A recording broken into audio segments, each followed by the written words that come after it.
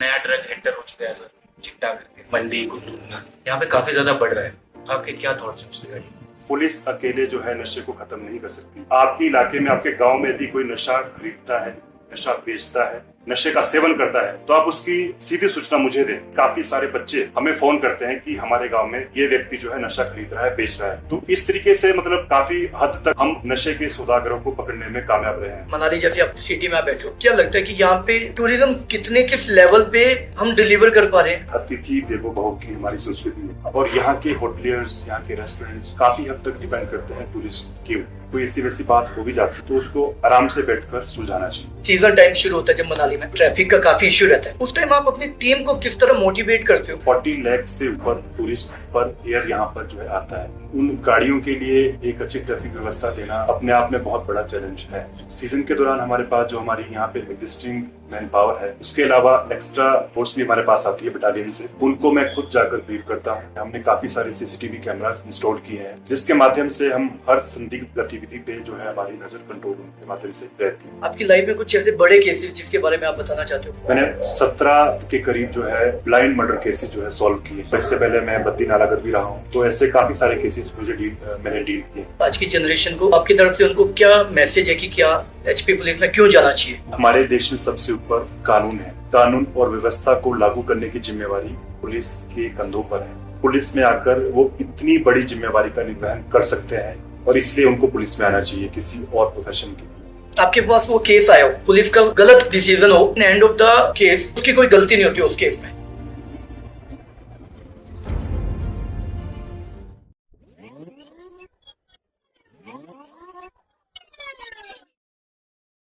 Welcome to true talks unfiltered, episode number 5। हमारे guest in the house है mister KD Sharma, DSP Manali. और इस podcast में हम will be discussing about his personal journey, किस तरह से उन्होंने अपनी लाइफ में आउटग्रो किया सिचुएशंस के साथ and handling one of the busiest city of the Himachal Pradesh. Sir hi sir, welcome sir.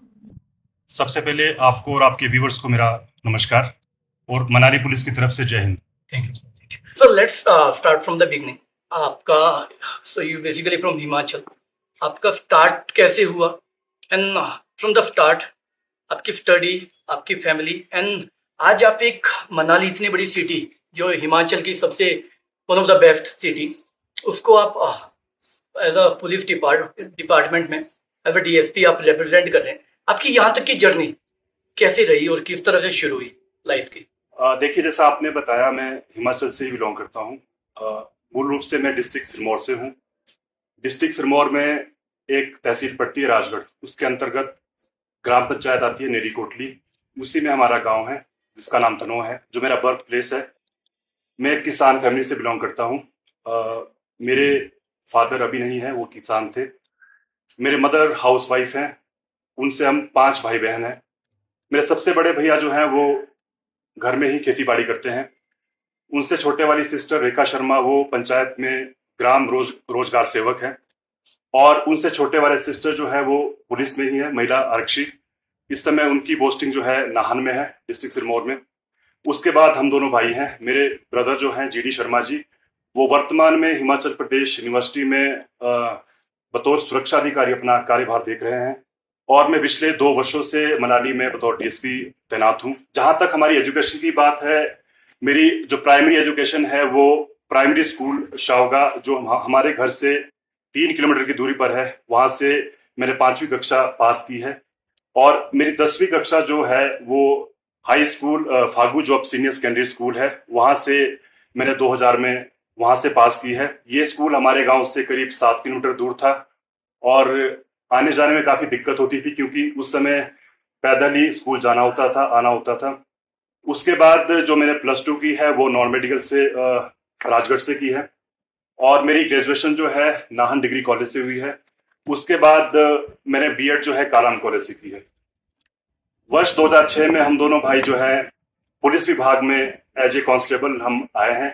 उसके बाद 2008 में हमने सब इंस्पेक्टर का टेस्ट क्वालिफाई किया है और 2008 में हम as a sub inspector police department में आए हैं। 2015 में हम इंस्पेक्टर बने हैं और अभी हम डीएसपी के पद पर जो है हिमाचल प्रदेश पुलिस में अपनी सेवाएं दे रहे हैं। तो सर मेरा एक क्वेश्चन था, लाइक जैसे आपने कहा कि मैं एक किसान फैमिली से हूँ, आपको क्या चीज थी आपकी फैमिली, जैसे आपने कहा आपकी एक सिस्टर भी पुलिस में, आपके एक भाई हैं वो भी सेम आपकी तरह ही पुलिस में, आपको क्या चीज थी आपकी फैमिली को या आपके ब्रदर सिस्टर या आपको कि इंस्पायर किया जिस चीज ने, जो पुलिस में आने के लिए, हिमाचल एचपी पुलिस में आने के लिए, किस चीज से इंस्पिरेशन हो गया आप इस चीज में आए? देखिए, मैं आपको बताना चाहूँगा, मैं एक शर्मा फैमिली से बिलोंग करता हूँ।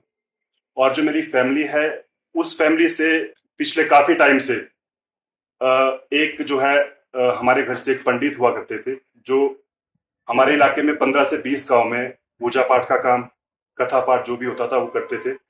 यानी कि हमारी रीत काफ़ी टाइम से चली आ रही थी। तो 10th के बाद जो मेरे फादर का सपना था वो ये था कि हम दोनों भाई को कुरुक्षेत्र भेजे, वहां पे शास्त्री करवाएं और हम जो हमारी पुरानी रीत चली है उसको कंटिन्यू करें। परंतु उसी दौरान जो है हमारे सिस्टर अंजना शर्मा, वो पुलिस विभाग में बतौर आरक्षी वो रिक्रूट हुए और उनको देखकर हमें भी वर्दी पहनने का एक जज्बा हमें मिला और उन्हीं से इंस्पायर होकर हम पुलिस में आए हैं। जो आपके स्टार्टिंग की जर्नी, जैसे आपने बोला कि आपने एस आई ज्वाइन किया और in time interval of 7-8 years आप डीएसपी तक पहुंचे। तो इस तरह ये जर्नी आपकी कैसे रही? और ये काफी इंस्पिरेशनल है, क्योंकि पीपल, मतलब लोग जो है डायरेक्ट आईपीएस या आईएएस या यूपीएससी करते निकलते हैं। तो ये आपने किस तरह से ओवरकम किया? देखिए, जब हम 2006 में as a constable police department में आए, उसके बाद हमने अपनी पढ़ाई को जारी रखा और हम कॉम्पिटिटिव एग्जाम की तैयारी करते रहे और इसीलिए 2008 में हमने सब इंस्पेक्टर का टेस्ट क्वालिफाई किया और हम as a sub inspector police department में आए। सर मेरा नेक्स्ट क्वेश्चन था, अभी आपकी, आप नो डाउट इतनी बड़ी पोस्ट में है आप, और आज एक मनाली जैसे जो हिमाचल की टॉप सिटी है टूरिज्म के नाम पे, आप वहाँ को उसको एक पुलिस डिपार्टमेंट को वहाँ पे लीड कर रहे हैं, तो आपको लगता है कि ये जो प्रेशर है मनाली का, काम का प्रेशर है, ये आपकी पर्सनल लाइफ को आज भी उतने ही मैनेजेबल करने देता है, या आपको लगता है जो पुलिस होती है, सी जहाँ तक मुझे पता है लोगों को अलग अलग वे में जज करते हैं पुलिस डिपार्टमेंट को, पुलिस को, लेकिन मुझे पता है पुलिस, और काफी लोगों को नो डाउट पता है पुलिस का काम कितना डिफिकल्ट है, अपनी फैमिली को टाइम नहीं दे पाना 24 घंटे में। बाकी आप देखोगे प्राइवेट जॉब में 9 hours की ड्यूटी की, घर चले गए, आप लोग 24 hours काम करते हैं, तो आप आज भी अपनी फैमिली के साथ वैसे ही कनेक्टेड रहते हो, या आपका ये जो काम है ये आपकी फैमिली में काफी प्रेशर, काफी डिस्टर्ब करता है? देखिए, मैं अपने प्रोफेशन में सबसे बड़ी जो पहली प्रायोरिटी है वो अपने जॉब को देता हूँ, अपनी प्रोफेशन को देता हूँ। जैसा आपने कहा कि मनाली जो है एक विश्व के मानचित्र पर एक अलग पहचान रखता है अपनी पर्यटन की दृष्टि से। यहाँ पर हर वर्ष जो है करीब 40 लाख से लेके 50 लाख तक सैलानी जो घूमने आते हैं। तो ऐसे में उन लोगों के लिए एक अच्छी यहाँ पे कानून व्यवस्था हो, एक अच्छी ट्रैफिक व्यवस्था हो, जाहिर सी बात है बहुत बड़ी जिम्मेवारी है। तो इसके लिए मैं सबसे बड़ी बात तो ये है कि जो हमारे यहाँ पर मेरे अंडर में 2 पुलिस स्टेशन है, पुलिस थाना मनाली और पतलीकुल। ट्रैफिक बढ़ता है तो उसको स्ट्रीमलाइन करने के लिए, उसको स्मूथली चले ट्रैफिक हमारा, उसके लिए हम मनाली को अलग अलग 8 सेक्टर्स में डिवाइड करते हैं और उसी में हमारी मैन पावर जो है डिप्लॉय होती है। और जहां तक फैमिली की बात है, जैसा आपने कहा कि पुलिस के पास मतलब बहुत बड़ी जिम्मेवारी है कानून और व्यवस्था को लागू करने की। हम जानते हैं कि कानून हमारे सबसे ऊपर है और उसी कानून को लागू करने की जिम्मेवारी, उस लॉ को इन्फोर्स करने की जिम्मेवारी जो है वो पुलिस के ऊपर है। तो इस मतलब जब इतनी बड़ी जिम्मेवारी का निर्वहन करना होता है तो जाहिर सी बात है फैमिली के लिए उतना टाइम नहीं मिल पाता है। पर जब भी कभी बीच में छुट्टी होती है तो हम घर में अपनी फैमिली के साथ एंजॉय करते हैं। और दूसरी बात ये भी है कि मेरी वाइफ को भी पता है कि इनका शेड्यूल काफी बिजी रहता है, तो इस चीज को समझते हैं, उनका काफी कोऑपरेशन रहता है और छुट्टी के दिन कभी हम आउटिंग कर लेते हैं, कभी डिनर बाहर हो जाता है, तो इस तरीके से हम बैलेंस करते हैं चीजों को। रिसेंट काफी इंफॉर्मेशन जो अभी 2-3 साल में नशा को लेके, स्पेसिफिकली ये जो सेगमेंट है मंडी कुल्लू मनाली, यहाँ पे काफी ज्यादा बढ़ रहा है। अब तो एक नया ड्रग एंटर हो चुका है सर, चिट्टा करके। उस बारे में आपका क्या थॉट प्रोसेस है? आपको लगता है कि punishment is the ultimate goal, या कुछ रिहैबिलिटेशन सेंटर्स होने चाहिए यंगस्टर्स के लिए, या और भी कोई तरीके हों जिससे वो साइकोलॉजिकली हम अपने यंगस्टर्स को हेल्प कर पाए, रादर देन पनिशिंग? तो एक पार्ट है सर, वो तो लॉ का पार्ट है, बट उसके अलावा बट आपके क्या थॉट्स हैं उस रिगार्डिंग? देखिए, जब मैंने यहाँ पे ज्वाइन किया था तो मेरी फर्स्ट प्रायोरिटी ये थी कि हम ड्रग्स को काफी हद तक कम करें। कहना जैसे आपका है कि आपने कहा कि पुलिस अकेले जो है नशे को खत्म नहीं कर सकती है, ट्रू। इसीलिए यहाँ पर अपनी पोस्टिंग के बाद से मैंने सबसे पहले तो अपने पुलिस के जवान हैं उनको इस बारे में ब्रीफ किया कि आपके पास कोई भी इंफॉर्मेशन ड्रग से रिलेटेड आती है तो उसको प्रायोरिटी पे आपने। बच्चों को हम नशे के दुष्प्रभाव के बारे में जागरूक करते हैं, साथ के साथ हम उनको अपना नंबर भी देते हैं, शेयर करते हैं और उनसे ये भी कहते हैं कि जब आपके इलाके में, आपके गांव में यदि कोई नशा खरीदता है, नशा बेचता है, नशे का सेवन करता है, तो आप उसकी सीधी सूचना मुझे दें। और मुझे ये बताते हुए काफी प्रसन्नता हो रही है कि काफी सारे बच्चे हमें फोन करते हैं कि हमारे गांव में 7 आदमी, ये व्यक्ति जो है नशा खरीद रहा है, बेच रहा है। तो इस तरीके से मतलब काफी हद तक जो है हम नशे के सौदागरों को पकड़ने में कामयाब रहे हैं। नशे को हम 2 तरीके से पकड़ते हैं, एक तो हम नाका लगा लिया, चांस रिकवरी जहां पे होती है। दूसरा ये होता है कि हमें इंफॉर्मेशन आनी चाहिए, वो चाहे किसी बच्चे से हो या कोई हमारा इन्फॉर्मर है जिसको हम मुखबर कहते हैं, उससे हमें इंफॉर्मेशन मिलती है तो हम इसी इंफॉर्मेशन के बेस पे नशे के सौदागरों को पकड़ने में काफी हद तक कामयाब होते हैं। जहां तक नशे को खत्म करने की बात है, अगर हर पेरेंट्स अपने बच्चे के ऊपर नजर रखे कि उसका बच्चा क्या कर रहा है, पढ़ रहा है नहीं पढ़ रहा है, या उसकी आदतें कहीं खराब हो रही है, या उसकी कंपनी किस तरह की है, उसके ऊपर जब तक अपने अभिभावक या पेरेंट्स का कंट्रोल नहीं होगा, नशा खत्म नहीं होगा।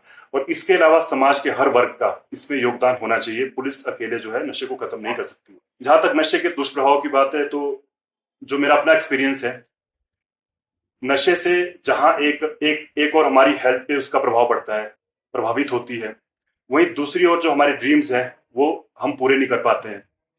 और सबसे बड़ी बात तो ये है कि जब एक बच्चा नशा करना शुरू करता है, उसके पास जब पैसे नहीं होते तो वो चोरी भी करेगा, डकैती भी करेगा, मर्डर भी करेगा।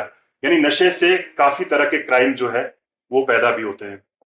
और काफी जो बच्चे हैं अगर ग्रुप में बैठे हैं, वो आजकल जो सिंथेटिक ड्रग है, जैसे आपने कहा चिट्टा या कोई और सिंथेटिक ड्रग है, वो उसको सिरिंज के माध्यम से लेते हैं। मान लीजिए कि एक बच्चा HIV पॉजिटिव है और उसी सिरिंज को किसी और ने भी यूज कर लिया, तो सभी को ये बीमारी हो सकती है।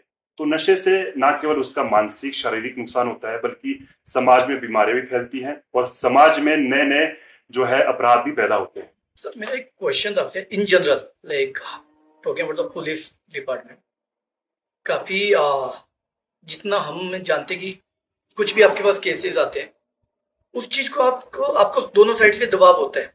एक साइड से आपको ऊपर के ऊपर सीनियर से दबाव आता है कि इसको जितनी जल्दी हो सके हैंडल करके दो, सॉर्ट करके दो। नीचे से वही चीज उतनी डिफिकल्ट होती है। तो आप एक सीनियर का दबाव और नीचे से चीजों को मतलब किस तरह से वो मैनेज करते हैं? देखिए, इसमें सबसे बड़ी बात है, जो मेरा पास्ट एक्सपीरियंस है वो इसमें काफी काम आता है। मैं कभी दबाव में काम नहीं करता हूँ, और अगर कोई भी दबाव है जो कानून के दायरे से बाहर है, मैं उसको कभी नहीं लेता हूँ।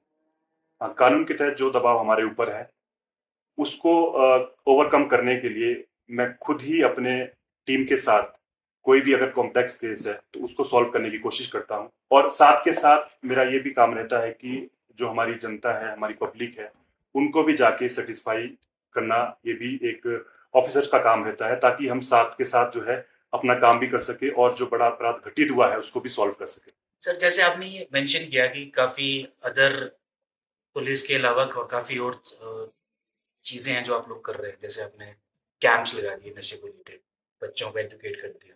तो डू यू थिंक कि इस चीज से आपके टर्म में जब से आप यहाँ हैं गिरावट आई है? आर वी एबल टू कि हमने कुछ चीजों पे रोक लगा ली है सर, नशा वाइज अगर हम देखें, क्योंकि ये बहुत बड़ी प्रॉब्लम आज हम फेस कर रहे हैं sir, Himachal, state of Himachal. तो इससे कुछ फर्क पड़ रहा है सर, और या और ज्यादा कॉम्प्लेक्स लेने चाहिए हमें steps in order to curb it totally? नहीं, बिल्कुल काफी फर्क पड़ रहा है। जब समाज की भागीदारी होती है इस बड़े ड्रग अब्यूज को खत्म करने के लिए, तो जाहिर सी बात है कि हम ज्यादा लोगों को पकड़ते हैं, और उनकी जब न्यूज मीडिया में जाती है तो काफी जो ऐसे लोग हैं जो इस तरह का बिजनेस करते हैं, वो मतलब काफ़ी हद तक जो है अपना बिजनेस करना बंद कर देते हैं। और जहाँ तक मनाली की बात है, हमने काफ़ी जगह पे कुछ हाइट्स पे यहाँ पे कल्टीवेशन भी रहती है कैनाबिस की, ओपियम की। हम उसको भी जाके अपनी टीम के साथ डिस्ट्रॉय करते हैं।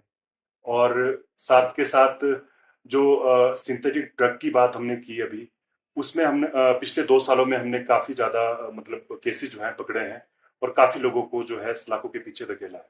सर मेरा एक क्वेश्चन था आपसे कि हिमाचल पुलिस फॉर एग्जांपल, आपका कभी लाइफ में ऐसा इंसिडेंट हुआ, आपने देखा कि ये बच्चा या कोई भी यंग यंग ब्लड कि कुछ उल्टा सीधा गलत कर रहा है, ये कर रहा है, तो आपको लगा कि नहीं यार, मैं इसको पनिशमेंट देने के बजाय इसको एक चांस दूं, कि मैं इसको समझाऊं कि बेटा ये मत कर, ये चीज को छोड़ के ये चीजें कर।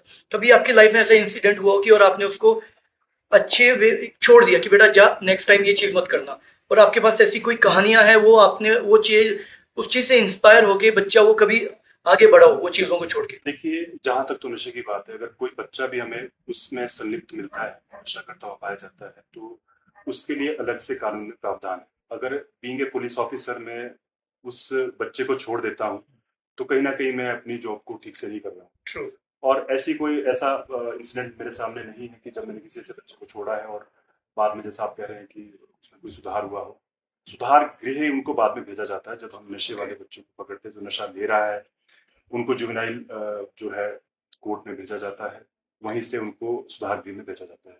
सर एक बहुत मतलब मैंने काफी इस बारे में स्टडी किया बिफोर दिस पॉडकास्ट कि HP police is consider one of the I, मतलब मैं ये शब्द यूज नहीं करना चाह रहा, बट बहुत फ्रेंडली एंड बहुत ज्यादा other, I am not sure loyal बोलना सही है गलत रहेगा, बट फ्रेंडली नेचर है, बहुत हेल्पफुल है। रिसेंटली हमने भी कल ये चीज नोटिस करी कि रात को 9:30 बजे there were people were helping us, क्योंकि हमारे जैसे ट्रैफिक में लोग फंसे हुए हैं। तो ये जो एक हिमाचल प्रदेश पुलिस का स्टांस है, ये हम जैसे हम डिफरेंट डिफरेंट स्टेट्स पे जाके डिफरेंट लोगों के साथ डील करते हैं, डिफरेंट पुलिस डिपार्टमेंट से डील करते हैं, तो कहीं कहीं से कई जगह पे लोगों का लिहाजा अलग है। हिमाचल में with wherever we are travelling, वहां पे आपका एक अच्छा लिहाजा है लोगों से बात करने का। तो इस रिगार्डिंग आपको क्या लगता है कि बाकी what is the difference between a Himachal state of Himachal police and other other police if we compare it, जो कि एक लाइव एग्जांपल मैं आपको बोल रहा हूँ, और काफी लोग हमारे को ये चीज बोलते हैं कि यार पुलिस पूरे इंडिया में हर जगह अच्छे से काम करती है, बट हाँ, हिमाचल प्रदेश के लोग भोले वाले हैं। यहाँ के लोग जो पुलिस में जाते हैं वो भी उन्हीं लोगों में से टेस्ट क्वालिफाई करके जाते हैं। तो मतलब यहाँ की पुलिसिंग जो है बहुत अलग तरह की है। जैसा आपने कहा कि हम फ्रेंडली सभी के साथ बात करते हैं, और जो भी कानून के दायरे में जो चीजें आती हैं उसको उसी हिसाब से करते हैं। अननेसेसरी हम किसी को परेशान नहीं करते हैं। ये चीजें हमने देखी है यहाँ पर, या कि जैसे किसी की गाड़ी रोक ली, उसको बेवजह परेशान किया, अगर हाँ उसने कोई ट्रैफिक की वायलेशन की है, उसने कोई क्राइम कमिट किया है, तो उसी उसके खिलाफ एक्शन लिया जाता है। मेरा एक क्वेश्चन था नॉर्मल जनरली, कि आपको क्या आपको लगता है हिमाचल पुलिस जो है काफी फ्रेंडली है, या थोड़ा सा अपनी ड्यूटी में ज्यादा ये रहते हैं, या नॉर्मली फ्रेंडली है? क्योंकि मेरे साथ, मैं आपको एक बात बताऊं, मेरा दैट्स पर्सनल इंसिडेंट। मुझे लगता है जहाँ तक जब तक पब्लिक एंड पुलिस एक दूसरे से एक रिलेशन नहीं मेंटेन करेगी, I am not talking out of the box, बहुत ही ज्यादा रिलेशन नहीं किया ऐसे ये हो गया, बट एक जब तक रिलेशन नहीं कुछ मेंटेन करेगी तब तक चीजों में सुधार नहीं आता, आपको भी पता है। मेरा एक इंसिडेंट है, दैट्स माय पर्सनल इंसिडेंट। मैं ड्राइव कर रहा था, तो मैं शायद नाम नहीं लूंगा किसका ये, लेकिन मैं मैकडोलगंज धर्मशाला की बात है ये। मैंने एक पुलिस सर थे, सिंगल स्टार में सर थे, मैंने उनको पूछ लिया, चाचू ये रोड कहाँ के लिए जाएगा? So that what was his reaction, मेरे को थोड़ा सा लगा कि नहीं ये करके, तो उनका रिएक्शन था मेरे पे, रास्ता बताने के बजाय उनका रिएक्शन था, how did you call me चाचू, why you did not call me sir, why you did not call me officer. So मेरा यही मानना है कि शायद आपको क्या लगता है, एक रिलेशन, एक फ्रेंडली रिलेशन, हमें थोड़ा सा फ्रेंडली नहीं बट एक पब्लिक के साथ एक रिलेशन थोड़ा सा मेंटेन करना चाहिए, या हमें उतना रूड रहना चाहिए, स्ट्रिक्ट रहना चाहिए? एक जनरली पुलिस में हम talking about all over India police, एक पुलिस को कैसे रहना चाहिए, मतलब? देखिए, इस बारे में जो मेरा अपना व्यू है वो ये कि हमें सभी लोगों के साथ फ्रेंडली रहना चाहिए।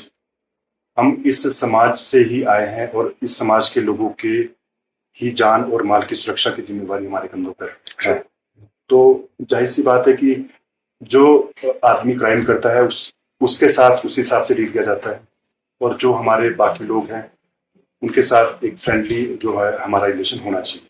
True. एक पुलिस डिपार्टमेंट को वैसे जी। आज मंडी जैसे सॉरी मनाली जैसे आप सिटी में आप बैठे हो, क्या लगता है कि यहाँ पे टूरिज्म जो है, टूरिज्म किस लेवल पे हम डिलीवर कर पा रहे हैं और किस लेवल पे हम नहीं डिलीवर कर पा रहे हैं, किस लेवल पे हम सामने वाले को see that's my personal question again, कि जैसे इसको शायद मैं अच्छे से एक्सप्लेन करूं। कई बार होता है कि मनाली की काफी हाईलाइट होती है चीजें, जब नीचे से टूरिस्ट आते हैं तो काफी हाईलाइट करता है कि वहां पे फॉर एग्जांपल मैगी, कि मैगी इतने इतने इतने ये हो गया। तो हम यही मेरा ये था कि हम टूरिज्म जो है, जो मनाली टूरिज्म है, वो मनाली टूरिज्म अच्छे अपने टूरिस्ट को अच्छे से डिलीवर कर पा रहा है या नहीं कर पा रहा है, किस सिचुएशन तक या अच्छे से डिलीवर कर पा रहा है चीजें। देखिए, जो मेरा अपना मानना है, हम हिमाचल प्रदेश से बिलोंग करते हैं, और हिमाचल प्रदेश में जो है अतिथि देवो भव की हमारी संस्कृति है। अतिथि हमारे लिए एक भगवान के समान है। और जहाँ तक मैं मनाली की बात करूँ, जैसा मैंने पहले कहा कि मनाली पर्यटन की दृष्टि से विश्व विख्यात है, और यहाँ के होटलियर्स, यहाँ के रेस्टोरेंट्स काफी हद तक डिपेंड करते हैं टूरिस्ट के ऊपर। तो मेरा अपना ये मानना है कि टूरिस्ट को हमें एक भगवान की तरह ट्रीट करना चाहिए, उनके साथ हमारा एक अच्छा बिहेव होना चाहिए, अच्छे से हमें उनके साथ बिहेव करना चाहिए। और कभी भी अगर कोई उनके साथ कोई ऐसी वैसी बात हो भी जाती है तो उसको आराम से बैठकर सुलझाना चाहिए। और सीजन टाइम शुरू होता है जब मनाली में काफी आप देखते हो ट्रैफिक का काफी इश्यू रहता है, तो उस टाइम आप जैसे ऊपर हो गया ले वाले रोड में या नीचे से सिचुएशन काफी टफ हो जाती है ट्रैफिक को लेके, उस टाइम आप अपनी टीम को किस तरह मोटिवेट करते हो, एंड उस टाइम अपनी टीम को आप ड्यूटी एलोकेशन किस तरह करते हो कि वो चीज इजिली हैंडल हो जाए। बिकॉज आई एम श्योर एक दिन में उस time normally footfall I am sure more than 40-50,000 season time पे होता है। देखिए, यहाँ पे जो मैक्सिमम फुटफॉल रहता है सीजन टाइम में, कम से कम 10,000 से 20,000 गाड़ियाँ यहाँ पर Okay. जो है आती हैं। तो जाहिर सी बात है, उन गाड़ियों के लिए एक अच्छी ट्रैफिक व्यवस्था देना अपने आप में बहुत बड़ा चैलेंज है। सीजन के दौरान हमारे पास जो हमारी यहाँ पे एग्जिस्टिंग मैन पावर है, उसके अलावा एक्स्ट्रा फोर्स भी हमारे पास आती है बटालियन से, उनको मैं खुद जाकर ब्रीफ करता हूँ। उनकी डिप्लॉयमेंट जो हमारे अलग अलग सेक्टर्स होते हैं उसमें की जाती है। उनको इसके साथ साथ जो है हमारे जो मोटरसाइकिल भी है हमारी बीट्स में घूमते रहते हैं कि कोई आइडल पार्किंग ना हो, कोई ओवरटेकिंग ना हो।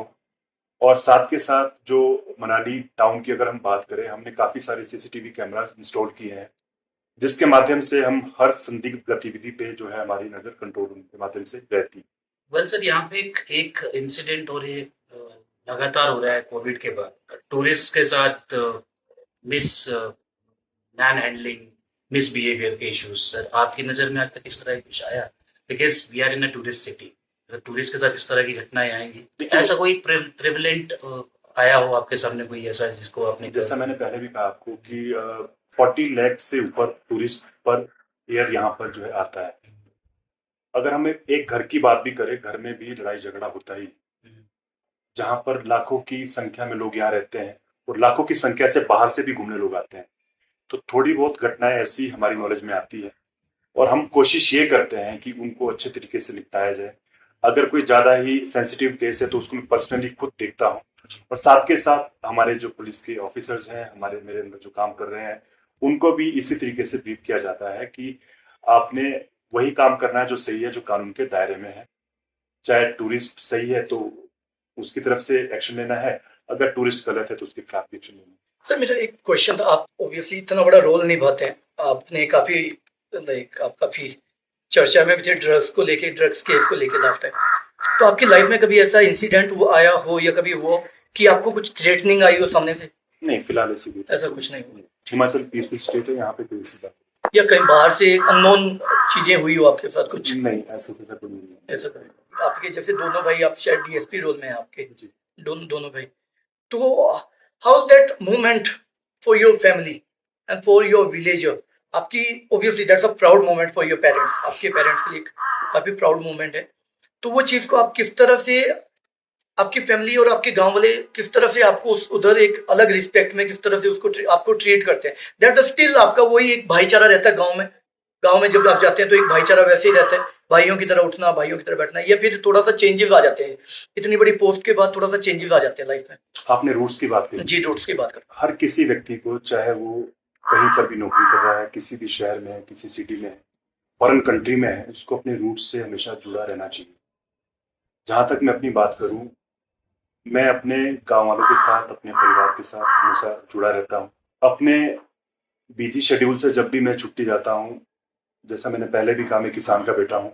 मैं खेत में काम भी करता हूँ, घास भी काटता हूँ, गुड़ाई भी करता हूँ, निराई भी करता हूँ। वो सारी चीजें होती हैं। और इसके अलावा हमारे गांव में कोई भी अगर कोई काम चल रहा है, कोई अच्छा काम हो रहा है, कोई सड़क बन रही है, कोई टेम्पल बन रहा है, कोई धार्मिक कार्य हो रहा है, तो उसमें मेरा पूरा कंट्रीब्यूशन रहता है।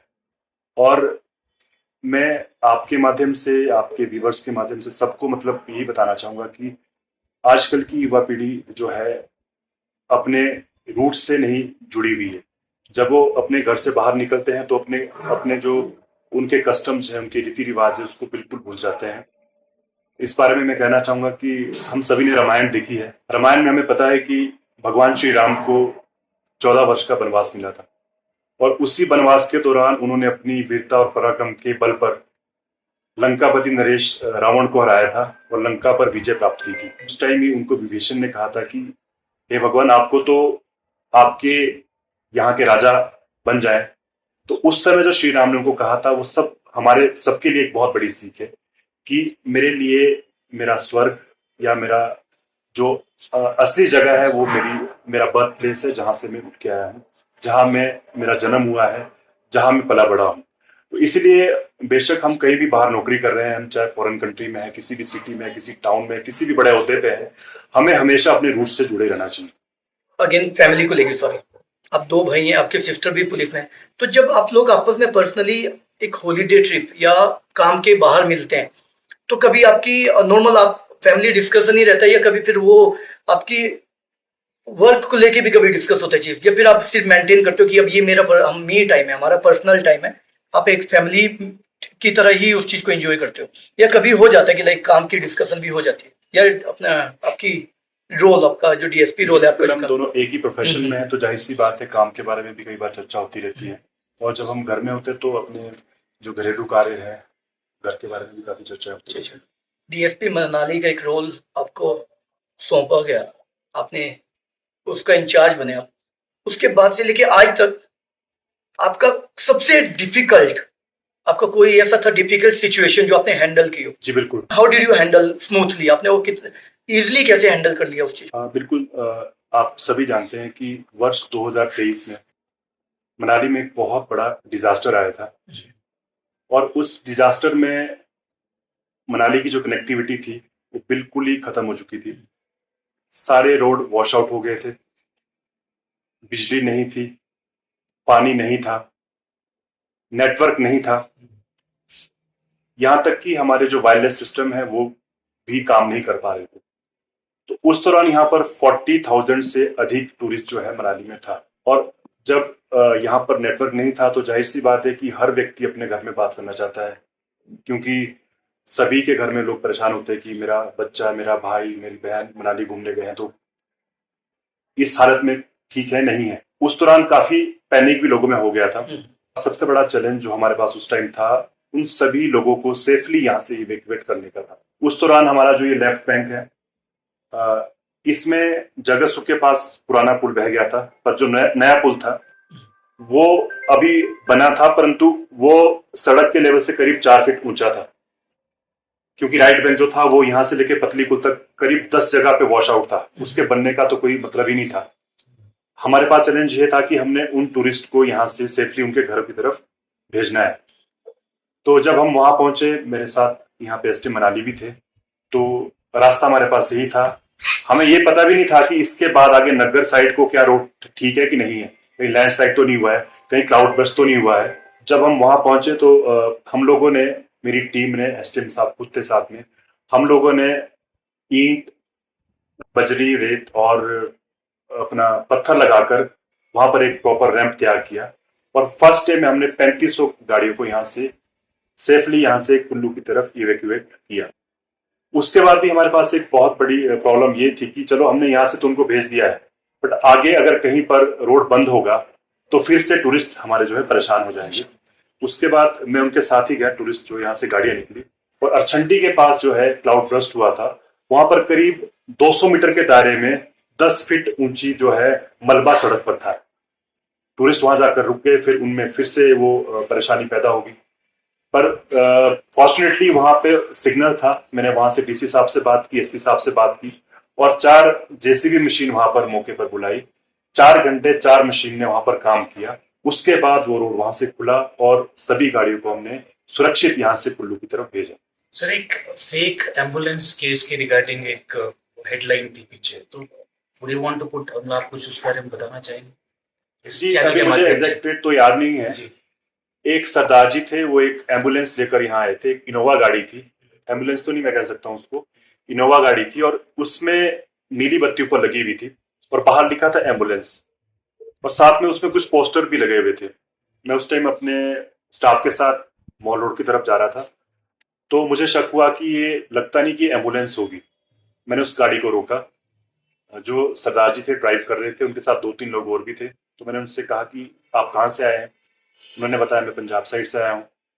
तो मैंने उनसे कहा कि ये गाड़ी एम्बुलेंस है? तो उन्होंने कहा हाँ है।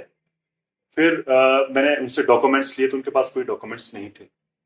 उस दौरान हमने उस चालक को जो है 35,000 रुपए का फाइन किया था और उसके बाद से वो न्यूज काफी वायरल भी हुई थी। काफी लोगों ने जो इस तरह की हरकतें करते हैं, ऐसी हरकत हमारे सामने नहीं आई। तो उसका बेसिक इंसिडेंट सिर्फ ट्रैफिक को बचाने के लिए था या और कोई अल्टर मोटिव था सर उसके पीछे? नहीं, वो ट्रैफिक को लेके कि एम्बुलेंस को सभी रास्ता दे देते हैं, तो थोड़ा सा ट्रैफिक भी मनाली में होता है। मेरी गाड़ी जो है आराम से निकल जाएगी, सभी पढ़ेंगे कि एम्बुलेंस है, बत्ती लगी है, तो आसानी से उसको रास्ता मिल जाएगा। जब भी आपकी लाइफ में भी काफ़ी सिचुएशंस आती है, आपकी जब आप काफ़ी प्रेशर में होते हैं या काफ़ी स्ट्रेस्ड होते हैं, तो आप सबसे पहले आपकी लाइफ होता है कि एक होते हैं फ्रेंड्स, एक होता है फैमिली, कोई ना कोई किसी की लाइफ में होता है। आप किसके साथ अपनी स्ट्रेस या अपनी टेंशन या चीज़ें डिस्कस करते हो? आपकी लाइफ में कोई ऐसा इंसान है जिसके साथ आप बोलते हैं कि चल यार? सबसे पहली बात तो ये कि मैं अनड्यू प्रेशर कभी ना तो लेता हूँ, ना मैं इन फ्यूचर कभी लूंगा, दैट्स ग्रेट। क्योंकि इस जगह पर इतनी बड़ी जिम्मेवारी होने के साथ अगर सीनियर ऑफिसर ही प्रेशर में आने लगे तो वो अपना काम नहीं कर पाएंगे। हाँ, अगर जहां तक गाइडेंस की बात है, तो जब भी मुझे किसी भी चीज के बारे में कोई गाइडेंस की जरूरत पड़ती है, तो मैं अपने सीनियर ऑफिसर्स को या कोई हमारे कानून में कोई जो एक्सपर्ट है उनसे ओपिनियन लेता हूँ। आज के टाइम पे जैसे आप एक इंस्पिरेशन हो लोगों के लिए। काफ़ी हमारे हिमाचल में काफ़ी स्टोरीज हैं, आप आर्मी से रिलेटेड देख लीजिए, आप कुछ भी देख लीजिए। लेकिन आजकल की हमारे यंगस्टर अच्छे रास्ते में जाने के बजाय गलत रास्ते में जा रहे हैं। आप अपनी तरफ से उनको क्या मैसेज देना चाहेंगे कि क्या करना चाहिए? आपकी तरफ से कुछ मैसेजेस आज की जनरेशन के लिए। देखिए, यंगस्टर की आपने बात की। हम सभी जानते हैं कि हमारे देश का भविष्य जो है हमारी युवा पीढ़ी पर ही निर्भर है, तो उनको एक सही रास्ते में जाना बहुत आवश्यक है। सबसे जो मेरा अपना मानना है कि अगर आज का युवा अपनी सही राह से भटक रहा है, उसके पीछे कारण है नशा। सबसे पहले तो मैं यही कहना चाहूंगा आपके माध्यम से कि हम लोग नशे से दूर रहें। नशा जहां एक तरफ हमारे हेल्थ को नुकसान पहुंचाता है, वहीं दूसरी तरफ हमारे जो सपने हैं, हमारे ड्रीम्स हैं, वो भी पूरे नहीं हो पाते हैं। और धीरे धीरे जहां तक सिंथेटिक ड्रग्स की बात है, ये तो एक स्लो पॉइजन है। जब हम इसको लेते हैं, एक्साइटमेंट बढ़ती रहती है और धीरे धीरे हम लोग एक मौत की तरफ हमारा रुख होता है। नशा एक दीमक की तरह है जो हमें अल्टीमेटली खत्म कर देता है लास्ट में। तो यंगस्टर को मैं ये कहना चाहूंगा कि अगर आप लोगों को नशा करना ही है, तो आप पढ़ाई का नशा कीजिए, खेल कूद का नशा कीजिए। कोई आपकी अच्छी हॉबी है, पेंटिंग है, राइटिंग है, उसमें आप पार्टिसिपेट कीजिए। अगर आप नशे की लत में पड़ जाओगे तो आप अपने सपने कभी भी साकार नहीं कर पाओगे। और दूसरी बात जो मैंने अपने ऊपर आजमाई है, जिसको मैं मतलब आपसे भी शेयर करना चाहूंगा, कि आपकी विल पावर हमेशा स्ट्रांग होनी चाहिए, आपकी इच्छा शक्ति। आप किसी भी फैमिली से बिलोंग करते हो, आप चाहे किसी गरीब परिवार से है, आपकी चाहे एजुकेशन भी अच्छी नहीं हुई है, जैसे मैंने खुद का बताया आपको, मैं एक सरकारी स्कूल से ही पढ़ा हूँ, पर अगर आपकी इच्छा शक्ति जो प्रबल है तो आप अपने लक्ष्य को कभी ना कभी प्राप्त कर लो। एचपी पुलिस की तरफ से आप कुछ, जैसे फॉर एग्जांपल देखिए, ये तो हमारा चैनल पैन इंडिया है, एचपी पुलिस की तरफ से आपके यहाँ पे टूरिस्ट मनाली में नो डाउट बहुत आते हैं, बहुत आएंगे नो डाउट, गुजरात आएगा, महाराष्ट्र आएगा। ये थोड़ा सा क्वेश्चन मैं थोड़ा सा, ये भाषा, आपने एक चीज देखी होगी, भाषा विवाद काफी चल रहा है साउथ में या महाराष्ट्र में।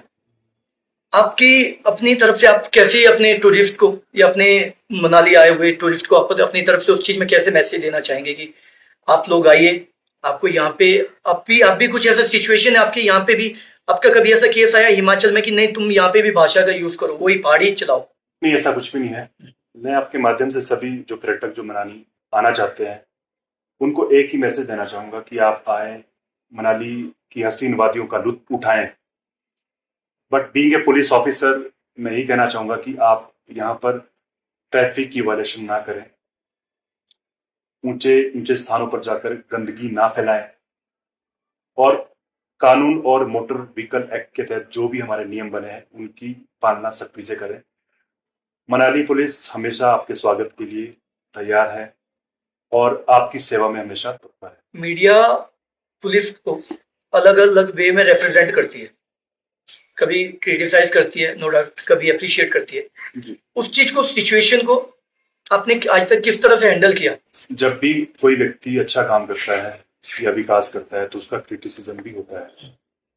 अगर क्रिटिसिज्म सही बातों को लेकर है तो मैं उसको असेस करता हूं और उसको इम्प्रूव करने की कोशिश करता हूं कि मान लीजिए कोई भी हादसा हो गया है, उसमें पुलिस उस हादसे को सॉल्व नहीं कर पा रही, कोई मामला है, कोई मर्डर का है, कोई रेप का है, तो हमारा भरसक प्रयत्न ये रहता है कि हम उस मामले को सॉल्व करें और उसमें कोई गलती पुलिस से रह गई है तो हम उसको इम्प्रूव करें।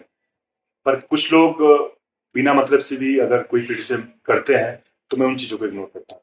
पब्लिक का पुलिस के प्रति एक अलग मेंटेलिटी रहती है, एक बहुत कम्युनिकेट होता है चीजों को लेके, वो कभी अंडरस्टैंड नहीं कर पाती। तो आपको पब्लिक को लेके कुछ अपनी तरफ से आप कुछ ऐसा मैसेज देना चाहते हो कि लाइक नहीं ये चीज नहीं है, ऐसे नहीं, ऐसे होता है, आप लोग हमें गलत वे में ले लिया, या कुछ इस चीज को लेके सिचुएशन को? देखिए, जो आपने बात की पब्लिक के मन में क्या धारणा है पुलिस के प्रति, क्या मिसकंसेप्शन है, जो मैंने अभी तक देखा है सबसे बड़ी मिसकंसेप्शन तो पब्लिक के मन में यही है कि पुलिस हमेशा स्पॉट पर देरी से आती है। आपने सुना? ट्रू, काफी ये रहता है लोगों के इसमें। बट उसको मैं एक्सप्लेन करना चाहूंगा। मैं मनाली की बात लेता हूँ। जैसा मैंने पहले भी बताया कि यहाँ पर लाखों की संख्या में लोग रहते भी हैं, लाखों की संख्या में लोग घूमने भी आते हैं। फॉर एग्जाम्पल, किसी होटल में कोई लड़ाई झगड़ा हो गया और उसी समय में कहीं पर कोई ट्रैफिक जाम हो गया, उसी समय में कोई एक ट्रैफिक एक्सीडेंट हो गया और उसी दौरान कोई किसी का लैंड डिस्प्यूट हो गया और 4 जगह से पुलिस थाने में कॉल आती है कि आप आए, तो जाहिर सी बात है हमारे पास रिसोर्सेज की भी कमी रहती है। थाने में 1 या 2 गाड़ियां होती है।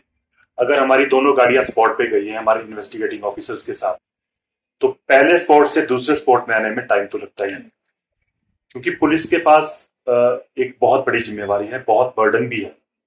और दूसरी बड़ी बात यह है कि कुछ एक काम ऐसे हैं जिसमें पुलिस का रोल सेकेंडरी है, बट वहां पर भी पुलिस की डिमांड रहती है। मान लीजिए मॉल पे किसी ने कूड़ा कचरा फेंक दिया तो लोग कहेंगे पुलिस क्या कर रही है, जबकि पहला काम वो शायद पंचायत या कमेटी का है। पहला काम तो शायद पब्लिक का ही है, पब्लिक का है। दूसरी बात है कि कहीं आप रिवर है, यहाँ पर माइनिंग हो रही है, उसके लिए माइनिंग डिपार्टमेंट है, बट लोग कहते हैं कि पुलिस क्या कर रही है। आप किसी जंगल में जाओ, कहीं पेड़ कट रहा है, फॉरेस्ट डिपार्टमेंट उसके लिए, पर वहां भी लोग कहेंगे कि पुलिस कहाँ है। इसके अलावा एक्साइज के लिए एक्साइज डिपार्टमेंट है, कहीं दारू बिक रही है तो पुलिस क्या कर रही है। तो पुलिस के पास BNS, BSA और काफी सारे अदर एक्ट्स हैं, जो बहुत सारा काम पुलिस के पास अपना है। और मैं ये नहीं कहता है कि मतलब अगर कोई पेड़ काट रहा है तो उसमें पुलिस एक्शन नहीं लेगी, बट पहला काम तो फॉरेस्ट का है ना। अगर माइनिंग हो रही है, माइनिंग के चलान हमारे माइनिंग डिपार्टमेंट से ज्यादा होते हैं। अगर एक्साइज की बात करें तो हम 100 केसेस पकड़ते हैं एक साल में। तो यही है कि सबसे जो बड़ा मिसकंसेप्शन लोगों में है वो उनकी एक्सपेक्टेशन जो है पुलिस से बहुत ज्यादा है कि आप कूड़ा कचरा फेंका है तो पुलिस करेगी साफ। ट्रू, उनको वो मतलब चीजें हैं। कि जैसे शायद हिमाचल में या कहीं भी लोगों को लगता है कि हर चीज के लिए पुलिस बनी हुई है, जी, जबकि हर चीज के लिए अलग अलग अलग डिपार्टमेंट होते डिपार्टमेंट हैं। से एग्जैक्टली। दे ओनली उनको लगता है कि अच्छा पब्लिक सेवा के लिए सिर्फ पुलिस बनी हुई है, ये गलत हो रहा है, पुलिस बनी हुई है ये, जबकि वो हर डिपार्टमेंट के साथ कनेक्ट नहीं करते। हर चीज आता है एंड ऑफ द ब्लेम होता है पूरा पुलिस में। मैं वही इसमें एड ऑन करना चाहूंगा कि पब्लिक प्लेस पे आप स्मोकिंग नहीं कर सकते हो, है ना। उसका जो है उसके लिए एक्ट बना है, उसमें 200 रुपए का आपको फाइन होता है, और उसमें पंचायत के प्रधान, कमेटी के चेयरमैन, मतलब काफी सारे डिपार्टमेंट्स को जो है पावर दी गई है एक्ट में कि आप भी चलान कर सकते हो। बट वो भी जिम्मेवारी पुलिस की है कि पुलिस यहाँ स्मोकिंग हो रही है, पुलिस क्या कर रही है। हालांकि हमारे लोग काफी अच्छा काम उसमें करते हैं, और कोटपा के तहत काफी सारे चलान भी लोगों के करते हैं। ऑब्वियसली आप इतनी बड़े रोल में हो, आपकी लाइफ में कुछ ऐसे बड़े केसेस जिसके बारे में आप बताना चाहते हो जो आपने सोल्व किए हो अभी तक? काफी सारे केसेस हैं। अगर मैं बात करूं तो मैंने 17 के करीब जो है ब्लाइंड मर्डर केसेस जो है सॉल्व किए हैं, उनकी गुत्थियों को सुलझाने में मुझे सफलता मिली है। इसके अलावा भी sorry to interrupt sir, to our viewers, blind murder cases जिनको नहीं समझ आए, ब्लाइंड मीन्स की कोई किसी व्यक्ति की हत्या होगी, ना उसका कोई मौके का गवाह है, ना हमें कई बार उस व्यक्ति का नाम पता होता है, ना आसपास में कोई कैमरा लगा है, और वो केस बिल्कुल ब्लाइंड है कि मारा तो है पर किसने हत्या की है। टफेस्ट कोई कोई भी स्पॉट विटनेस नहीं है, आपका आई विटनेस नहीं है, आसपास में किसी व्यक्ति ने नहीं देखा है, ना ही कोई स्पॉट पे कैमरा लगा है। और कई बार ये होता है कि उस व्यक्ति की आइडेंटिटी हमें पता नहीं होती कि कहाँ का व्यक्ति है, या कई बार हमें ऐसी डेड बॉडीज मिलती है जो बिल्कुल डिकम्पोज हो जाती है, मतलब सड़ जाती है। उनको सबसे पहले उनको आइडेंटिफाई करना, उनकी आइडेंटिफिकेशन करना ही मुश्किल हो जाता है पुलिस के। इस तरह के ब्लाइंड केसेस जो है काफी सारे केसेस हैं यहाँ पर भी, और इससे पहले मैं बद्दी नालागढ़ भी रहा हूँ, तो ऐसे काफी सारे केसेस मैंने डील किए। सर आपकी लाइफ में ऐसा कभी मोमेंट हुआ हो कि आपके पास वो केस आया हो और शायद वो आपकी पुलिस का, मैं बोलता हूँ पुलिस का गलत डिसीजन हो एंड उसमें विक्टिम क्लियर निकल जाता है, मतलब विक्टिम की कुछ गलती होती नहीं, बट वो एटलीस्ट कई बार कैसे होता है एक प्रेशर बन जाता है, दबाव बन जाता है, आपको चारों तरफ से चीजें किसी के साथ कनेक्ट कर रही है और आपको उस वे में रिसर्च करना पड़ता है उस केस में, लेकिन एंड ऑफ द केस वो चीज, वो बंदा या सामने वाला इंसान वो मतलब उसकी कोई गलती नहीं होती उस केस में। ऐसा कभी सिचुएशन हुआ हो आपकी लाइफ में? ऐसे काफी सारे केसेस कई बार होते हैं कि हम जब भी कोई घटना घटित होती है तो आरोप प्रत्यारोप लोग लगाते ही हैं। एक आदमी बोलेगा कि ये काम इसने किया है, उस चीज को वेरीफाई करने का काम पुलिस का है कि एक्चुअल में उसने वो चीज की है नहीं की है। और एक नहीं काफी सारे केसेस होते हैं कि जहां पर वो जो आरोप होता है वो बिल्कुल सही नहीं होता है, तथ्यहीन होता है। सर आपको लगता है कि मिस जजमेंट पुलिस की तरफ से भी हो सकती है? देखिए पुलिस भी एक इंसान है और जाहिर सी बात है मिस जजमेंट किसी से भी हो सकती है। आपका आफ्टर ज्वाइनिंग ऑब्वियसली 2006 में आपने कहा था कि मैंने एक कांस्टेबल ज्वाइन किया है हिमाचल पुलिस को, तब से लेके आज तक आपकी लाइफ का कुछ ऐसा रिवॉर्डिंग पॉइंट, कुछ ऐसा केसेस सिचुएशन में जहाँ पे आपको रिवॉर्डिंग इसमें ये किया गया? देखिए जैसा मैंने आपको पहले भी बताया कि अपने अभी तक के करियर में पुलिस में मैंने 17 ब्लाइंड मर्डर केसेस को सुलझाने में मुझे हेल्प मिली है। 2023 का मैंने इंसिडेंट आपको शेयर किया जब यहाँ पर काफ़ी बड़ा डिजास्टर आया था मनाली में। उस टाइम भी 40,000 से अधिक जो है टूरिस्ट को यहाँ से हम सेफली यहाँ से इवेक्यूएट करने में सफल रहे हैं। उसके साथ साथ मैं पिछले साल ही 23 दिसंबर को अचानक ही जो हमारी अटल टनल है वहां पर अचानक स्नोफॉल हो गया था और 1500 गाड़ियां हमारी टनल के जो नॉर्थ पोर्टल है उससे पार को फंस गई थी। अब सभी मनाली की तरफ आना चाहते थे बट स्नोफॉल होने के कारण रास्ता जो है स्लिपरी हो गया था। तो उस दौरान मैंने अपने टीम के साथ पूरी रात माइनस टेम्परेचर में काम करके सभी के सभी 1500 गाड़ियां जिसमें करीब 6000 टूरिस्ट थे उनको सेफली वहां से इवैक्यूएट किया मनाली की तरफ। और अभी तक मेरे जो सीनियर ऑफिसर्स हैं मेरे काम के लिए उन्होंने मुझे सम्मानित भी किया है। मुझे 2 बार डीजीपी डिस्क अवार्ड भी मिल चुका है और मैंने मनाली ज्वाइन करने से पहले 4 साल जो है हिमाचल प्रदेश के राज्यपाल महोदय के साथ भी बतौर सुरक्षा अधिकारी काम किया है। उनसे भी मुझे रिवॉर्ड प्राप्त हो चुका है। और जब इस तरह के रिवॉर्ड हमें मिलते हैं तो जाहिर सी बात है कि जो हम काम कर रहे हैं उसको हम अच्छे से करने में हमें एक अलग से इंटरनल मोटिवेशन मिलती है। सेकंड यही सर क्वेश्चन है कि आप आज की जनरेशन को, फॉर एग्जांपल आज की जनरेशन को अगर एचपी पुलिस में आने के लिए अगर इनवाइट करते हैं तो आपकी तरफ से उनको क्या मैसेज है कि क्या एचपी पुलिस में क्यों जाना चाहिए? मेरा ये मानना है कि हमारे देश में सबसे ऊपर कानून है और कानून यानी कानून और व्यवस्था को लागू करने की जिम्मेवारी पुलिस के कंधों पर है। तो मैं समझता हूं कि पुलिस में आकर वो इतनी बड़ी जिम्मेवारी का निर्वहन कर सकते हैं और इसलिए उनको पुलिस में आना चाहिए किसी और प्रोफेशन के अलावा। तो सर आपके टफ सिचुएशंस, जैसे आपका जॉब प्रोफाइल टफ सिचुएशंस में आप हर रोज आपको मैनेज करनी पड़ती है, तो उस टाइम पे आप अपने टीममेट्स को किस तरह से मोटिवेट करते हैं सर? क्या मंत्रा है जो टीम को मोटिवेटेड भी रखना है, उनको ऑन द टॉप भी रखना है? किस तरह से हैंडल करते हो सर? अपनी टीम को किस तरह से मोटिवेटेड रखते हो? देखिए, जो मेरी टीम है उस टीम का वेलफेयर देखना, चाहे उनको छुट्टी की समस्या है, उनको रहने की समस्या है या कोई और इश्यूज है, उनको एड्रेस करना मेरा काम है। मैं किसी की छुट्टी कभी नहीं रोकता हूँ और जब भी कोई ऐसी टफ सिचुएशन आती है तो मैं फ्रंट से लीड करता हूँ। और जाहिर सी बात है कि जब आपके सीनियर आपके साथ खड़े होते हैं फ्रंट में तो टीम अपने आप ही मोटिवेटेड होती है। और इसके अलावा ऐसी सिचुएशन के लिए उनको तैयार करने के लिए मैं उनको प्रॉपर ब्रीफ करता हूँ